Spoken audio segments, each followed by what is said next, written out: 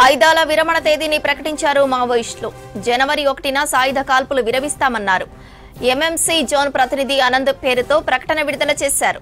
ఒక్కొక్కరుగా లొంగిపోయే బదులు అందరం కలిసి లొంగిపోతారని చెప్పారు. పరస్పర సమన్వయం, కమ్యూనికేషన్ కోసం నక్సల్స్ ప్రతినిధి ఓపెన్ ఫ్రీక్వెన్సీ నెంబర్ను రిలీజ్ చేశారు. తమకు ఎక్కువ ప్రాధాన్యత ఇచ్చే ప్రభుత్వంతో వెళ్తామని ప్రకటించారు మావోయిస్టులు. ఆయుధాలు వదులుకోవడం అంటే ప్రజలకు ద్రోహం చేయడం కాదని వివరణ ఇచ్చారు.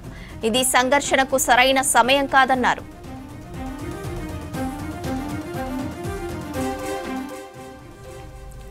మరిన్ని డీటెయిల్స్ అజయ్ లైవ్ లో అందిస్తారు. అజయ్, మావోయిస్టుల ప్రకటనకు సంబంధించి డీటెయిల్స్ ఏంటి?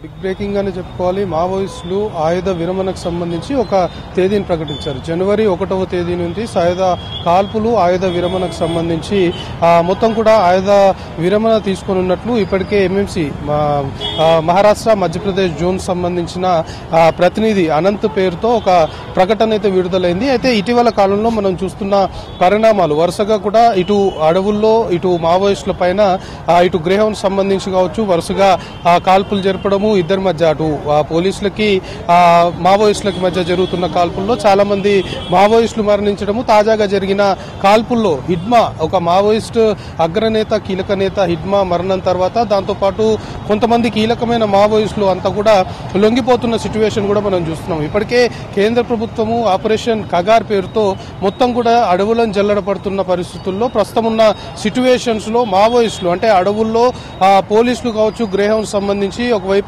ఆపరేషన్స్ వరుసగా కూమింగ్ నిర్వహిస్తున్న టైంలో తట్టుకోలేని సిచ్యువేషన్ ఉంది. చాలా వరకు ఇప్పటికే పోలీసులు కూడా చెప్తున్నారు జనజీవన స్రవంతిలో కలవాలి, ప్రభుత్వాలు కూడా ఆహ్వానిస్తున్నాయి. ఎందుకంటే ఆయుధాలని విడిచి మళ్ళీ కూడా జనంలోకి రావాలి అంటూ ఇప్పటికే ప్రభుత్వాలు చెప్తున్న విషయాన్ని పోలీసులు విస్తృతంగా కూడా ఆ అడవుల్లో అంటే మావోయిస్టులు కావచ్చు మెయిన్ గా కొన్ని మేజర్ ప్లేసెస్ నల్లమల్ల అడవి కావచ్చు, ఇటు ఛత్తీస్గఢ్ సంబంధించిన బార్డర్ కావచ్చు, ఎక్కడైతే మావోయిస్టుల ప్రభావం ఉంటుందో ఆ గ్రామాల్లో పోలీసులు కూడా చాలా వరకు ఈ తరహా అవగాహన కల్పిస్తున్న విషయం మనం చూస్తున్నాం. కానీ ఒక్కసారిగా ఆపరేషన్ కగార్ కావచ్చు లేకపోతే ఇటు గ్రేహౌండ్స్ దాంతోపాటు ఇటు భద్రతా బలగాలు ఇటీవల కాలంలో జరుగుతున్న వరుస ఎన్కౌంటర్లో మావోయిస్టు కీలక నేతలంతా కూడా మరణించడము, దాంతోపాటు చాలా మంది ముఖ్య నేతలు అంతా కూడా జనజీవన స్రవంతిలో కలుస్తాము అంటూ పోలీసుల వద్ద లొంగుబాటు అవుతున్న పరిస్థితి కూడా మనం చూసాం. సో ఇలాంటి సిచ్యువేషన్స్ ని బేస్ చేసుకుని కొద్ది రోజుల క్రితమే ఇటు మావోయిస్టు సంబంధించి ఒక లేఖ కూడా విడుదలైంది. ఇదే ఆయుధాల విరమణకు సంబంధించి ఆయుధాలు విరమించేందుకు మేము ఒక తేదీ నిర్ణయించుకోవాలనుకుంటున్నాము అంటూ రీసెంట్ గా ఒక ప్రకటన విడుదలైంది. సో ఇప్పుడు ఇటు మహారాష్ట్ర మధ్యప్రదేశ్ సంబంధించిన జోన్ ప్రతినిధి అనంత్ పేరుతోటి ఒక ఆడియో రికార్డ్ అనుకోవచ్చు ఒక లేఖ విడుదలైన క్రమంలో జనవరి 1వ తేదీ నుండి ఆయుధ విరమణ చేస్తున్నాము. సో ఒక్కొక్కరుగా లొంగిపోకుండా అందరం ఒకేసారి లొంగిపోయే దిశగా కూడా కొంతమేరకు ప్లాన్ చేసుకోవాలి అంటూ కూడా ఆ లేఖలో ఆ ఆడియోకి సంబంధించిన దాంట్లో అంటే మావోయిస్ట్ ఎంఎంసీ జోన్ ప్రతినిధి సంబంధించిన ఆయుధ విరమణకు సంబంధించిన దాంట్లో చాలా క్లియర్ గా మెన్షన్ అయిన సిచ్యువేషన్ మనం చూస్తున్నాం. సో మొత్తానికి ఆపరేషన్ కగార్ సంబంధించి కేంద్ర ప్రభుత్వం 2026 మార్చి వరకు కూడా ఎక్కడ మావోయిస్టులకు సంబంధించిన ఊసే లేకుండా చేయాలి అని చెప్పడంతో పాటు మావోయిస్టులంతా కూడా స్వచ్ఛందంగా జనజీవన స్రవంతిలో రావాలి, మావోయిస్టులంతా కూడా లొంగిపోవాలి అంటూ కూడా ఇప్పటికే ఆపరేషన్ కగార్ చేస్తున్న సిచ్యువేషన్ మనం చూస్తున్నాం. సో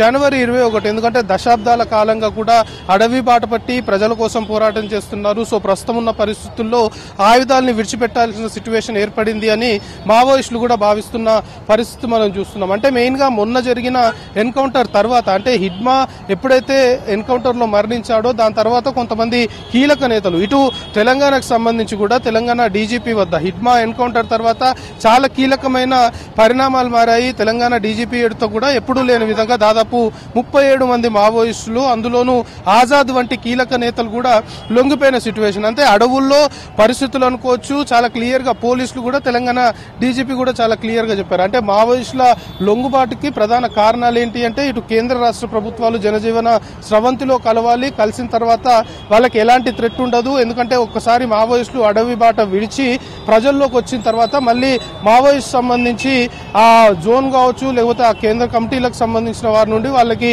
కొంతమేరకు ప్రాణహాని ఉంటుంది. సో వాళ్ళకి ఎలాంటి థ్రెట్ ఉండకుండా చూసే బాధ్యత, ఎట్ ది సేమ్ టైం వాళ్ళు జనజీవన స్రవంతిలో కలిసిన తర్వాత వాళ్ళకి ఏ విధమైన జీవనోపాధి కల్పించాలనే దానిపైన కూడా పోలీసులు చర్యలు తీసుకుంటాము అని చెప్పడంతో పాటు మెయిన్ గా మావోయిస్టులు ప్రస్తుతం అడవుల్లో ఉన్న సిచ్యువేషన్ అనుకోవచ్చు. ఒక్కసారిగా కూంబింగ్ పోలీసులు నిర్వహిస్తున్న టైంలో వాళ్ళ దగ్గర ఉన్న ఆయుధాలకు సంబంధించి అంటే ఇప్పుడున్న అత్యాధునిక ఆయుధాలు పోలీసుల వద్ద ఉన్నాయి, కానీ మావోయిస్టుల వద్ద అప్పుడు గడిచిన కొన్ని ఏళ్ల నుండి ఏదైతే ఆయుధాలు వాడుతున్నారో వాటితోటే అడవుల్లో ఉంటున్న సిచ్యువేషన్. సో ఆయుధాలు కూంబింగ్ చేస్తున్న టైంలో అంటే ఫైర్ ఎక్స్చేంజ్ అయ్యే టైంలో ఆయుధాలు ప్రస్తుతం పోలీసులని ఎదుర్కోవాలి అంటే సరిపోవట్లేవు. సో అలాంటి సిచ్యువేషన్ ఉంది. దాంతోపాటు చాలా మంది మావోయిస్టులు ఆరోగ్య సమస్యలతో బాధపడుతున్నారు, ఏళ్ల తరబడి అడవుల్లో ఉంటున్నారు, వాళ్ళకి ఆ హెల్త్ సంబంధించిన ఇష్యూస్ కూడా తెరపైకి వస్తున్నాయి. సో ఈ విధంగా మల్టిపుల్ రీజన్స్ ఉన్నాయి. మల్టిపుల్ రీజన్స్ అన్నిటిని బేస్ చేసుకుని మావోయిస్టులు లొంగిపోతున్నారు అనేది తెలంగాణ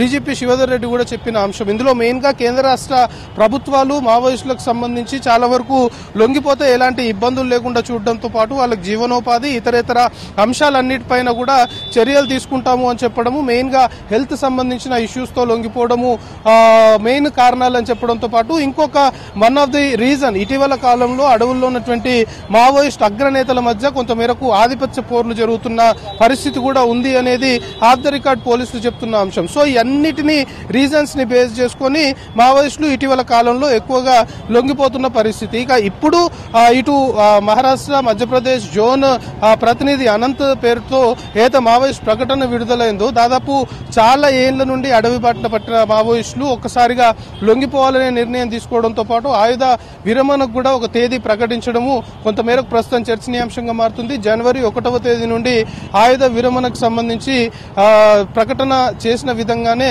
వాళ్ళంతా కూడా లొంగిపోయే అవకాశాలు అయితే కనబడుతున్నాయి. కానీ ఎక్కడ ఏ ప్రభుత్వం అయితే లొంగిపోతారు అనేది మాత్రం ఇంకా ఒక క్లారిటీ రావాల్సి ఉంది. ఎందుకంటే వాటికి సంబంధించిన ప్రకటనలో కూడా చాలా క్లియర్ గా చెప్పారు, అందరము ఒకేసారి ఒక్కొక్కళ్ళం కాకుండా అందరము ఒకేసారి లొంగిపోయే దిశగా ఆలోచన చేస్తున్నాము. సో ఏ రాష్ట్ర ప్రభుత్వానికి సంబంధించి ఎక్కడ లొంగిపోతాము అనే దానిపైన మాత్రము తెలియాల్సి ఉంది. సో మొత్తానికి జనవరి 1వ తేదీ నుండి ఆయుధ విరమణకు మాత్రము మావోయిస్టు పార్టీ ఏదైతే ప్రకటన విడుదల చేసిందో దానికి అనుగుణంగానే ముందుకు వెళ్లే అవకాశాలు అయితే కనబడుతున్నాయి. సో